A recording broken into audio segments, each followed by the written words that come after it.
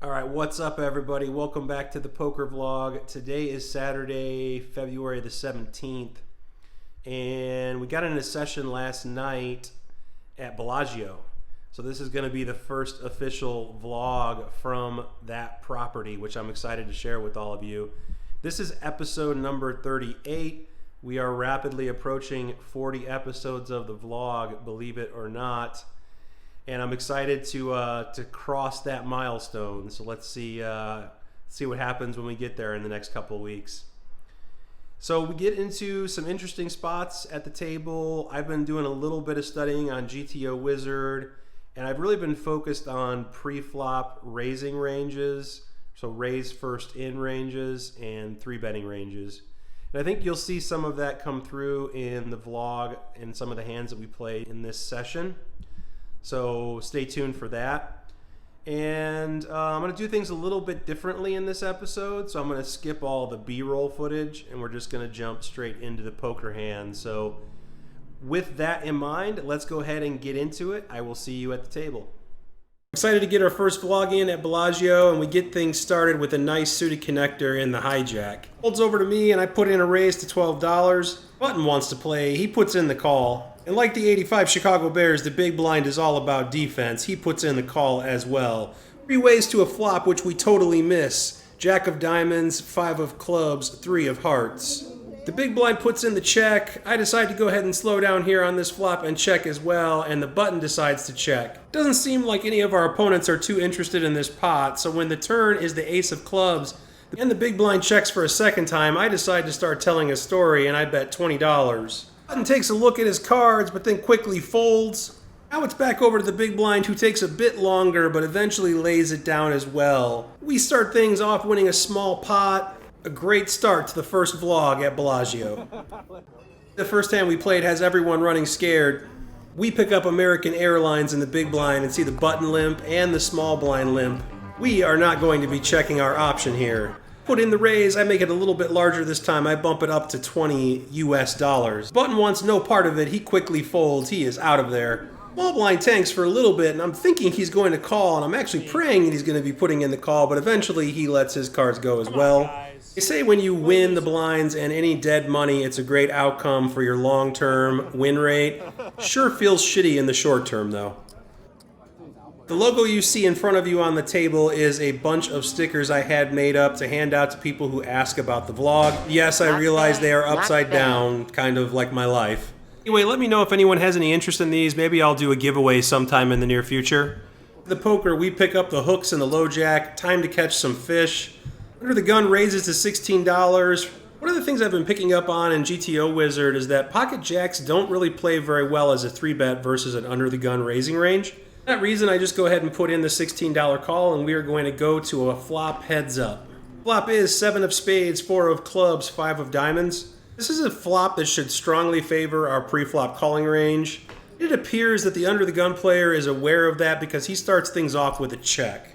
With our overpair and the range advantage, I am not going to be checking here. I start off with a $15 bet. The gun pretty quickly calls the $15 bet, and the turn is the 10 of diamonds. Calls so quickly on the flop, I'm not going to put him on a very strong hand. I think he's going to have hands like broadways and some pocket pairs like pocket 5s through pocket 8s. That is the exact range that I'm targeting here when I bet $30 on the turn. It seems the under the gun player didn't have much of a plan as to what he was going to do if he faced further aggression on the turn. This $30 bet seems to put him into the tank for quite a while, and the longer he is tanking, the more I'm praying for a call here. He does eventually settle on a call, so we are going to head to a river. River is the 9 of clubs, which makes the board more connected. It makes it more straighty. After undergun checks, I decide to just check back here and take my showdown value. Not sure if I could get 3 streets of value here from this exact hand. Let me know your thoughts in the comments below if you think I should be value betting there on that river. Studying and running good are a winning combination in poker. We pick up ace-5 of diamonds in the cutoff. A couple of players in the field put in the limp, and then the hijack puts in a raise to $15. In a past life, I would have been calling in position with this hand, but after hitting the lab, I know these suited wheel aces play much better as a 3-bet pre-flop. I bump it up to $45 and it ends up folding it back around to the hijack. Hijack tanks for a bit and says he watched the vlog and it feels like I have pocket kings. And then he starts talking to himself and he's saying things like, I think this has to be a call and this is definitely a call. And he eventually does talk himself into putting in the call pre-flop. And strangely enough, I think even though we are 3-betting as a bluff pre-flop with a weak ace, I think we might be ahead here. So we might be going to the flop with the best hand. So after what feels like an eternity, he finally does put in the call and we're going to go to a flop. And the flop, well, the flop is the nuts. We see the beautiful ace of clubs, 5 of clubs, ace of spades, flopping us a full house. The hijack starts things off with a check, and I know I'm going to get roasted here in the comments for this, but I decide to check back on the flop. My reason is we have this board crushed, and I want my opponent to catch up just a little bit. Turn is the 8 of clubs, which completes the front door flush, and now the hijack leads out for a small bet of $20. Once again, I think I'm going to get roasted for this, but I go ahead and just call the $20 and we go to a river. The river is the queen of hearts and the hijack slows down and checks. Now I go into the tank a little bit and think about my bet sizing here. There's about $130 in the pot if my math is correct. I think I want to go polar here and go with the larger bet sizing. I really want to represent either a very strong hand or nothing. So that is what I do. I settle on $125, right around the size of the pot.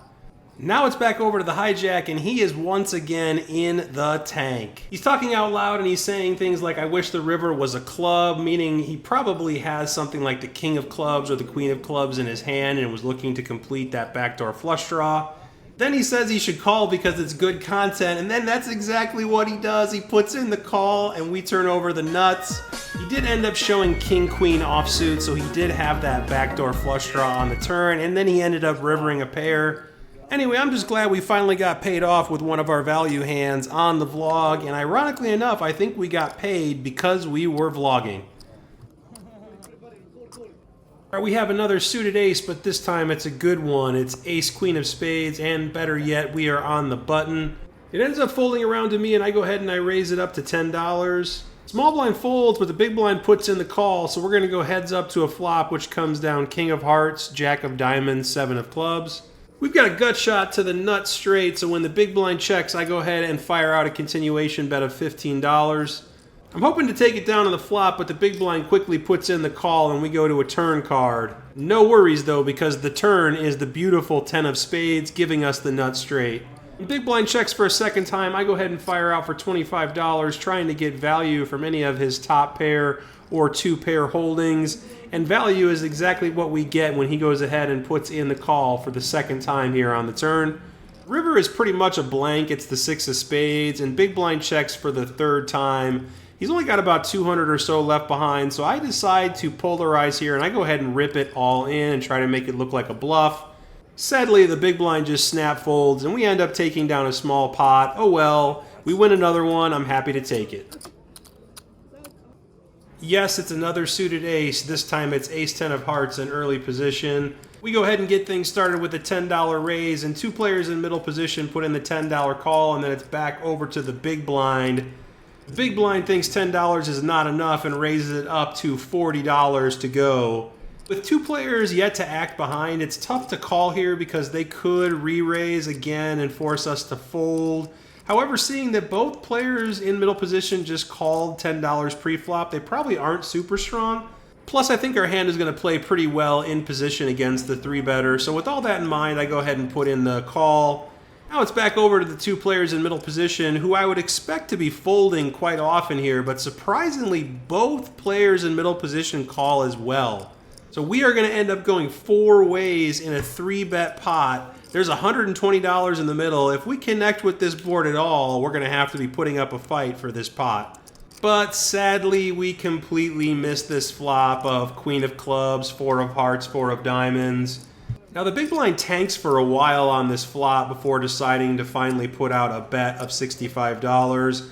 I don't really think there's much we can do. Sure, we've got a backdoor flush draw and we've got 1 over, but it is a paired board and there's 2 opponents left to act behind. So I think when she puts out this continuation bet, we're just forced to fold. Surprisingly, once I fold, the other 2 players fold pretty quickly as well. So the 3-better ends up taking down this pot on the flop.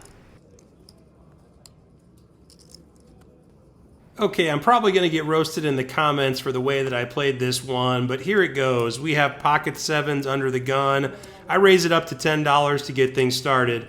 We end up seeing a player in the under the gun plus 1 seat call and a player in middle position calls as well, and then it folds around to the player in the big blind. The player in the big blind is thinking about it and counting out far more than $10, so it looks like there is a 3-bet incoming, and that is exactly what happens when he puts out a bet of $45. We are playing pretty deep against this opponent. We've got about maybe $500 to $550 in play, so I think I'm getting the right odds here to set mine. So I go ahead and put in the call. After I go ahead and put in the call, a player in the under the gun plus 1 seat pretty quickly gets out of the way. It's over to the player in middle position who also pretty quickly decides to fold his cards. So we are going to end up going heads up to a flop here in position versus the big blind. As the dealer is pulling in the chips and getting everything sorted out before dealing out the flop, I'm thinking in my mind, 7 of spades, 7 of spades, 7 of spades. But we see the king of diamonds, jack of clubs, 4 of spades. So we do not spike a set, but surprisingly the big blind starts with a check. And I go ahead and check back just in case he is trapping here with aces, kings, or jacks. And the turn is the 8 of diamonds. The big blind checks for a second time, and he's either slow playing a monster here or he has nothing. Either way, I'm about to find out when I bet $55 on this turn card, starting to tell a story that I have a strong hand. Big blind is a non-believer. He decides to go ahead and put in the call here on the turn after thinking about it for a little bit. So we're going to go off to a river card, and we're going to have to get a little bit creative here if we want to take down this pot on the river. The river is the 3 of diamonds, which completes the backdoor flush. Big blind goes ahead and checks for a third time here on this river, and I'm thinking we're going to have to go for it here if we want to win. I don't think our pocket sevens are going to be good at showdown. Now I'm thinking about my bet sizing and how I want to approach this river, and while I'm thinking, the opponent in the big blind starts talking to me. That's something along the lines of, you must have a big hand, huh? You must have a big hand here. Something like that. And I read this statement as weakness, like he was trying to talk me out of betting here on the river. Based on my read and the fact that I don't think we're going to be good at showdown here, I decide I want to go ahead and bet here, and I want to take more of a value bet sizing in this spot. I don't think I want to go polarized here, so I end up settling on about a half pot size bet, which is $100. And I think our read was pretty much spot on, because as soon as I bet here, the big blind pretty much snap folds, and we end up getting this one through with our pocket sevens. Not sure I needed to turn pocket sevens into a bluff in this spot. Let me know what you think in the comments below. Is this a good spot to turn a pocket pair into a bluff? Should I check and take my showdown value? Feel free to roast me in the comments below, because any comments are good comments, guys. They all help the algorithm, and they all help this get out to more poker players and more people get to see the channel. So any comments are good comments, and I will get back to you if you leave a comment below. Last hand of this session, we pick up ace-king offsuit on the button. It ends up folding around to the cutoff, who's the same player from the previous hand. He ends up raising to $15, and I just call $15 in position. I know, I played this one way too passively pre-flop. This should be a 3-bet nearly 100% of the time, so next time I will be 3-betting this hand pre-flop. So heads up to a flop of ace of diamonds, 9 of diamonds, 7 of spades. The cutoff decides to slow down and check here, and I think I have a clear value bet, so I go ahead and bet $17 here on the flop. Cutoff doesn't think too long at all before going ahead and putting in the $17 call, so he's got a little something over there, and I think we can continue to get value here on clean turn cards. Come on, dealer, no diamonds and no 8s or jacks on the turn. We get the 4 of hearts, so we end up seeing a pretty clean turn card here. No reason to slow down when the cutoff checks for a second time, so I'm just thinking about my bet sizing on the turn. So I want to target hands like weaker ace-x holdings or any of his flush draws or straight draws, and I settle on a sizing of $35 here on the turn. And this bet puts the cutoff into the tank. And when I say he goes into the tank, he goes into the tank here for not really a very large bet. He is thinking and thinking and thinking, and of course the more he's thinking about this, the more I'm just praying for a call. I think we definitely have the best hand here the more he thinks about this. So he thinks for a good 35 to 40 seconds here about his decision before ultimately settling on a call. So we are going to go to a river. And once again, I'm just praying for a clean run out here. I don't want to see a diamond. I don't really want to see a card like a 10. Anything that really connects the board more than it already is, I'm not going to be super happy with. So really just praying for a brick. We end up seeing the 6 of clubs, which is kind of a brick, but it does make the board a bit more connected. So when the cutoff checks, I'm not sure I can get another street of value here with this hand. So I end up checking back on this river and just taking my showdown value, and we end up winning this pot to end the night. This was a fun session. Stay tuned for more vlogs to come from Bellagio in the near future. All right, we just got home. It is about 10 to 11 in the PM. We played for about 4 hours. We started a little after 6, and we cashed out a little after 10 o'clock. And we booked a W. For the first time in what feels like a long time, we finally booked a win on the vlog. We were in the game for 300, and we ended up cashing out for 700. For a profit of $400, which I'll take it. I felt like I played pretty well for the most part. The pocket sevens hand that I turned into a bluff, he said he had ace jack, so it turns out I probably didn't need to turn that hand into a bluff, so I was bluffing with the best hand, which is not really what you want to be doing. And then the hand where I had the turn nut straight and I went all in on the river, I think I probably could have bet smaller there in that spot. Probably could have went for like a 2/3 size pot bet or 3/4 size pot bet, and I might have got paid. I think the all-in scared him off, so I think that was a bit of a mistake. But other than that, I felt like I played pretty well. I think I also ran pretty well too, so that always helps. It's always nice when the deck bails you out in certain spots. And that's going to do it for this one. So if you like the episode, please do hit the like button. Please subscribe to the channel. It definitely helps me out a ton when you guys subscribe. I want to travel and do more things on the vlog. And the more subscribers I get, the more it will help me to do those things. So please do subscribe to the channel and hit that notification bell so you don't miss future episodes. Thank you guys so much for watching this, and I will see you in the next episode. Take care.